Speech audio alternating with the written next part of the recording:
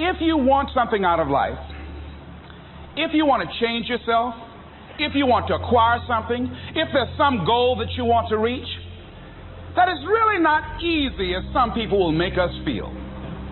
That living your dream, changing your behaviors, overcoming negative habits, it's challenging.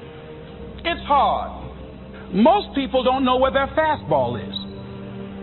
Most people go through life never discovering what their talents are. Most people never develop their talents. The only thing that's going to make you happy, my friend, in this year or any other, is to step up. It's to raise the standard. It's to discover what you're capable of and feel that incredible power pushing through whatever's holding you back and get to the other side of more of your true self. That's what this game's all about. When you step into your fears and continue to push yourself to go on, something happens for you. If you look at somebody who's really successful and you think, wow, I mean, they're so amazing, they're such a genius, you got to dig underneath and you got to remember something.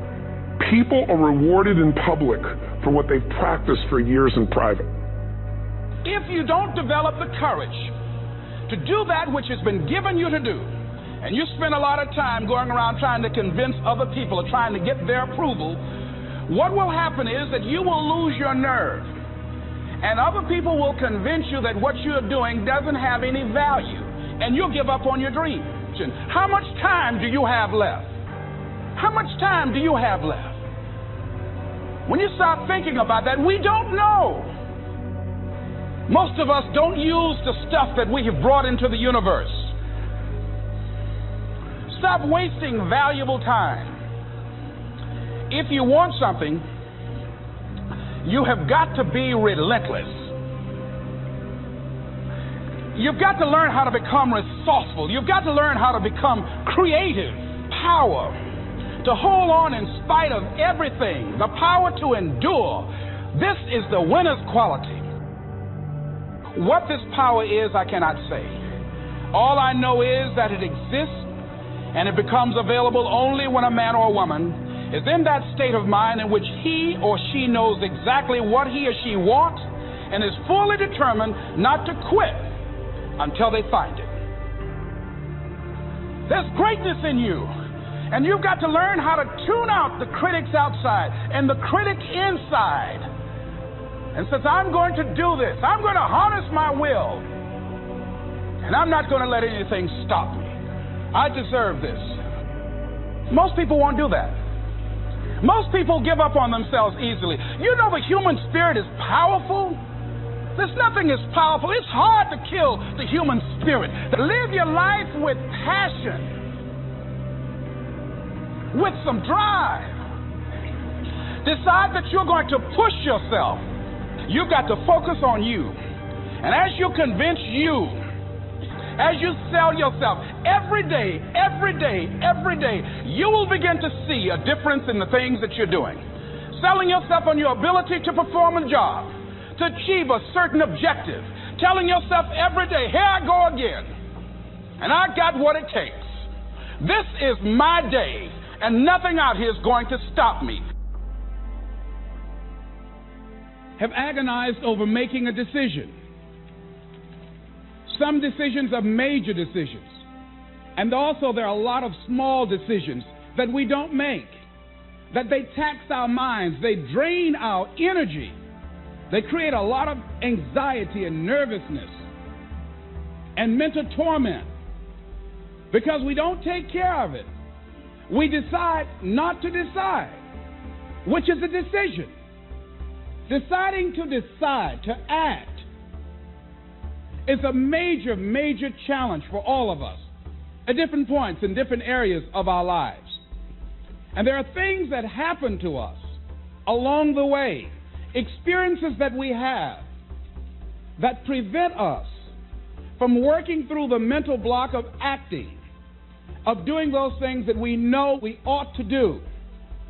And so what I want you to think about is, what is there that you know you need to do, that you want to do this, but for some reason or another, you've been holding back. For some reason or another, you just have not been able to gather your nerves or be able to work through the procrastinating or putting it off or justifying or blaming. Some reason or another, you just haven't done it. And you know you ought to do this. You really want to do this, but you don't know why you haven't done it. Anybody know what I'm talking about? Raise your hand, please. Okay, then I've got company here this evening. I'm not talking to myself. Now, first of all, we know that this is not easy. Because in order to begin to reinvent your life, you've got to make a conscious, deliberate, determined effort. That you really have got to put all of yourself into it. It's very challenging to act, to do those things. There are times when you're looking at them, you say, I know I need to do this, but I don't feel like it. I don't want to do it. I know I need to do it, yet leave me alone. No. I don't want to do it. So what do we do? What are those things that cause us to do like that? I think that among the things that prevent us from acting is the fear of failure. And if you've already failed, you don't want to fail again. The pain of that, the disappointment, the fear of loss is another thing. Because many times when we do those things that we know we need to do, we feel that we might lose somebody that we love very much and care about. We don't want to hurt anybody. Many of us don't act because we want other people's approval. We want everybody to like us and to accept us. And that's not possible. Many of us don't do the things that we want to do and don't act because of lack of self-confidence. We don't believe enough in ourselves. I have a friend who's been working on a job where she's miserable, talented, want to go to another place that she can do what she wants to do and make the kind of money that she would like to make, and had some offers. But because of her fear and her lack of self-confidence of things might not work out, she won't take a chance on herself. So there she is spending 8 hours a day, 5 days a week, and she's miserable. She hates to go to work.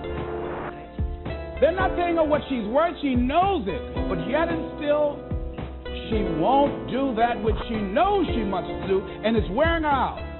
There are a lot of people that their jobs are making them sick because they won't act. You check out the absenteeism and people that are depressed. You see them coming to work angry. How you doing? I don't know. Just leave me alone. It's not even 9 o'clock yet. You're talking about good morning.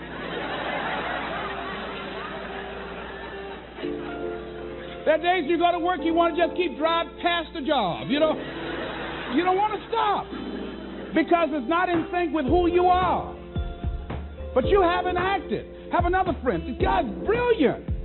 He's a business consultant. He helped a lot of people get their business started. And people come to him because they know he's knowledgeable.